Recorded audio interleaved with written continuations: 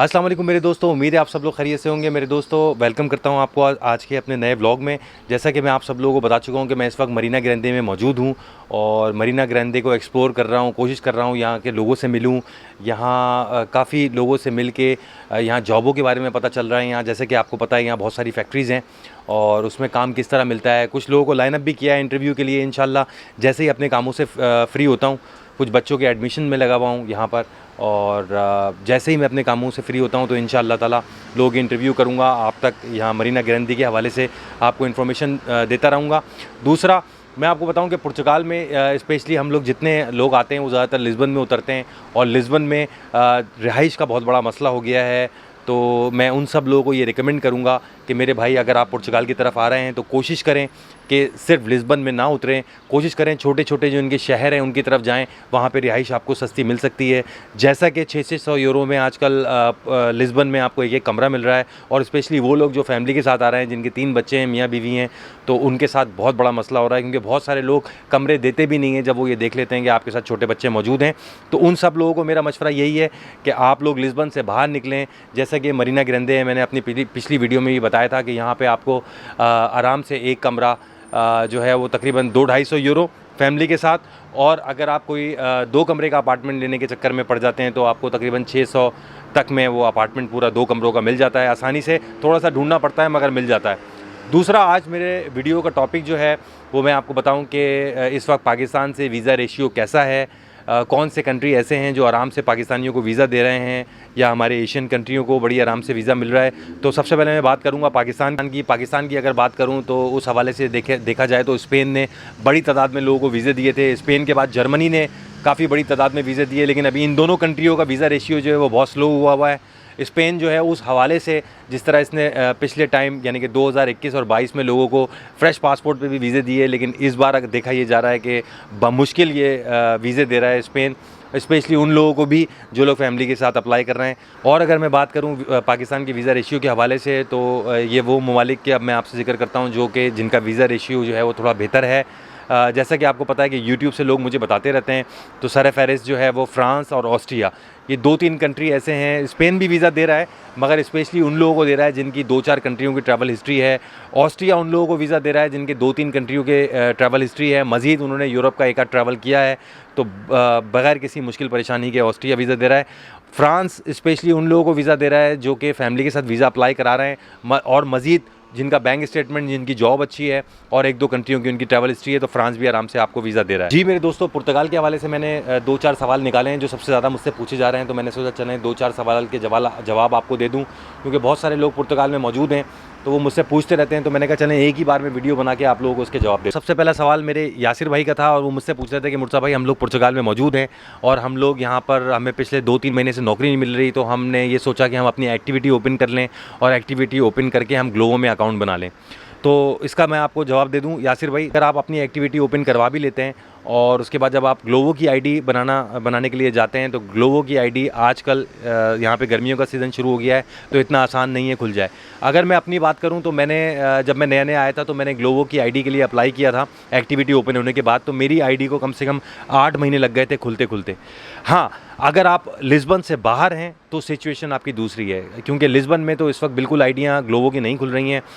दूसरे सिटीज़ में चले जाते हैं पुर्तगाल के, जहाँ पे रश हम लोगों का कम है, वहाँ अगर आप ग्लोवो की आईडी अप्लाई करते हैं वो आपको आईडी जल्दी आपकी ओपन हो सकती है। दूसरा, मैं आपको एक बात और बड़ी ख़ास आगाह कर दूँ कि जो मेरे भाई लिस्बन में मौजूद हैं उन्होंने अपनी एक्टिविटी खोल ली है और वो ग्लोवो के लिए अप्लाई कर रहे हैं और वो वेटिंग में 6-6, 8-8 महीने लगा देते हैं। तो आपको एक बात बता दूं, मेरे साथ ऐसा हुआ था कि जब मैंने अपनी आईडी अप्लाई की थी और मेरी आईडी नहीं खुली थी, तो मुझे तकरीबन 7 महीने बाद मेरे एड्रेस पे फाइनेंस वालों की तरफ से एक जुर्माना आया था, एक फ़ाइन आया था, एक फ़ाल्ता आया था जो कि 500 यूरो का था।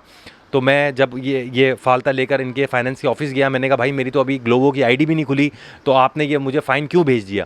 तो उन्होंने मुझसे बोला कि हम इस बात की केयर नहीं करते कि आपकी ग्लोवो पे आईडी खुली है या नहीं खुली है, आपने एक्टिविटी खुलवाई है तो आप पर वाजिब है आप हर 3 महीने बाद ईवा पेश करना, चाहे आप ईवा 00 का दिखाएं, लेकिन हर 3 महीने बाद आपको ईवा देना पड़ेगा। तो उसके लिए मैंने अकाउंटेंट किया था, कोई जिसने मुझसे 30 यूरो लिए थे अबाउट, और उस अकाउंटेंट ने वो सारा जो ईवा मेरा भरा, तो वो मेरा मामला ख़त्म हुआ। बाद में मैंने अपनी एक्टिविटी भी क्लोज़ करवाई। तो आप सब लोगों को ये बता रहा हूँ मैं, जिन जिन लोगों की ग्लोबो की आईडी नहीं खुली है और उनकी एक्टिविटी खुली है, ओपन एक्टिविटी तो आपको पता है ओपन हो जाती है, और एक्टिविटी ओपन होने के बाद ग्लोबो की आईडी जिनकी नहीं खुली है, तो प्लीज़ हर 3-3 महीने बाद कोई भी अकाउंटेंट लेके अपना ईवा भले 00 ज़रूर दिखाएं, मगर ईवा ज़रूर बने, वरना आपको 500 यूरो का जुर्माना लग सकता है। ये तो जवाब था यासिर भाई आपका। सवाल मेरे भाइयों, एक मेरी बहन है सबा, वो मुझसे पूछ रही हैं कि हम पुर्तगाल आना चाह रहे हैं, तो तकरीबन कितना पैसा लेके जाएं। हमारे साथ 2 बच्चे हैं और हम हस्बैंड वाइफ हैं। तो सबा बहन, मैं आपको एक बात बताऊं कि सबसे पहले तो मैं आपको ये बताऊंगा कि अगर आप पुर्तगाल आती हैं तो कोशिश कीजिएगा कि आप डायरेक्ट लिस्बन ना उतरें।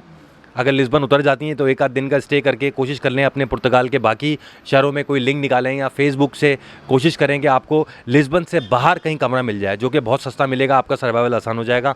दूसरा, आपको मैं एक बात बताऊं कि पैसे कितने लेकर आएँ। देखें, पैसे तो ज़्यादा से ज़्यादा लेकर आएँ, क्योंकि मैं आपको बता चुका हूँ कि अगर हमारी एज जो है वो तकरीबन 50 साल होती है या हमारी 45 साल होती है, तो हमें जो है वो नौकरियाँ इतने आराम से नहीं मिलती बगैर ज़बान के, तो हमें बहुत ज़्यादा स्ट्रगल करना पड़ता है। तो पैसा एक ऐसी पावर है कि अगर आप अपने साथ रखती हैं तो आपकी स्ट्रेंथ भी बनी रहेगी, उसके बाद आप नौकरी ढूंढती हैं तो आपको कोई परेशानी नहीं। मेरे दोस्तों, तीसरा सवाल मुझसे रिजवान भाई ने किया है, और रिजवान भाई मुझसे बोल रहे हैं कि मुर्तज़ा भाई, क्या मैं जब पुर्तगाल आता हूँ तो 5 लॉक के बाद मेरी हेल्थ जो है वो फ्री हो सकती है? तो मेरे भाई, बिल्कुल यहाँ पे आपकी हेल्थ फ्री हो सकती है, आपका मेडिकल सारा फ्री हो सकता है। लेकिन मैं आपको एक बात बता दूँ, यहाँ पे जो हेल्थ सिस्टम है वो बहुत ज़्यादा ख़राब है।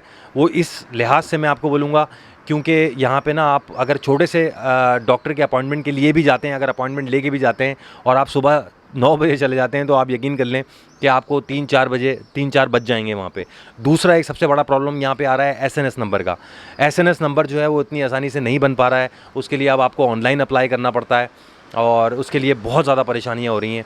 और एक बात और मैं आपको बताऊं कि यहाँ ये जो छोटा सा कंट्री था ना, तो यहाँ के लोगों को, यहाँ के डॉक्टर्स को आदत थी कि वो बड़े मिनिमम, जैसे 10 दिन में एक मरीज़ देख लिए, 8 दिन में एक मरीज़ देख लिया। लेकिन जब इतना बड़ा हुजूम हम लोगों का यहाँ पे आया है, पूरे रीजन से, ब्राज़ीलियन का, अंगोला से, पाकिस्तान से, इंडिया से, बांग्लादेश से, तो यहाँ के डॉक्टर भी परेशान हो गए।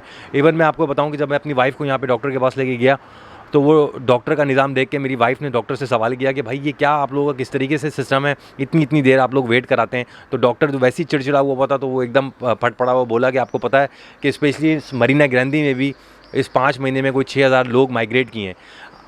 चलें, माइग्रेट किए हैं, कोई मसला नहीं है, लेकिन मज़े की बात ये है कि डॉक्टर जो है वो कमरा बंद करके आराम से कान खुजाता रहता है। उसको ये टेंशन नहीं है कि बाहर इतने सारे मरीज़ बैठे हुए हैं। तो यहाँ का मुझे हेल्थ सिस्टम बहुत ज़्यादा वर्स लगा, मुझे मज़ा नहीं आया यहाँ के हेल्थ सिस्टम में भी। शायद इस वजह से, क्योंकि ये लोग थोड़े से हमसे चिड़चिड़े हो गए, क्योंकि हमें ज़बान भी नहीं आती, अंग्रेज़ी ये सही बोल नहीं पाते हैं, बहुत कम डॉक्टर हैं जो अंग्रेज़ी बोलते हैं। तो इनके हेल्थ सिस्टम पर मत जाइएगा भाई, और जो कुछ थोड़ी नज़ले बुखार की दवाइयाँ हैं तो कोशिश कीजिएगा अपने साथ पाकिस्तान से ही ले आइए। जी मेरे भाई, चौथा सवाल मुझसे एक मुनव्वर भाई ने पूछा है कि मुर्तज़ा भाई, अगर मैं पुर्तगाल आता हूं तो मुझे जॉब यहाँ कब तक मिल सकती है?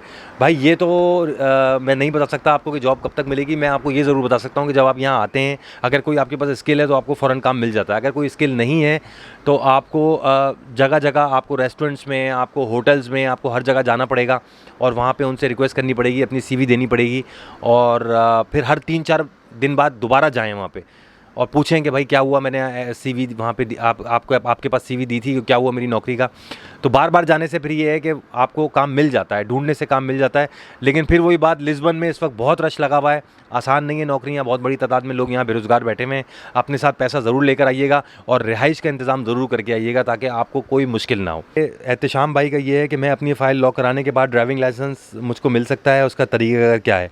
मेरे प्यारे भाई देखें, अगर आप यहाँ पर आए हैं और आपकी फ़ाइल लॉक हो गई है तो आपको ड्राइविंग लाइसेंस नहीं मिल सकता, क्योंकि आप अभी आए हैं। क्योंकि पहले ये हो रहा था कि 31 दिसंबर से पहले 2021 एक बार कोड वो इशू कर रहे थे, वो आप लेके जाते थे तो आपको गियर आराम से बन जाता था आपका। लेकिन अभी इन्होंने क्या किया है, वो 31 मार्च 2021 के बाद से इन्होंने बार कोड वाला सिस्टम ख़त्म कर दिया है, ठीक है। तो अब आपका गियर भी नहीं बन पा रहा है, तो आपको इतना आसान नहीं होगा, आपको अपने रेजिडेंस कार्ड तक वेट करना पड़ेगा।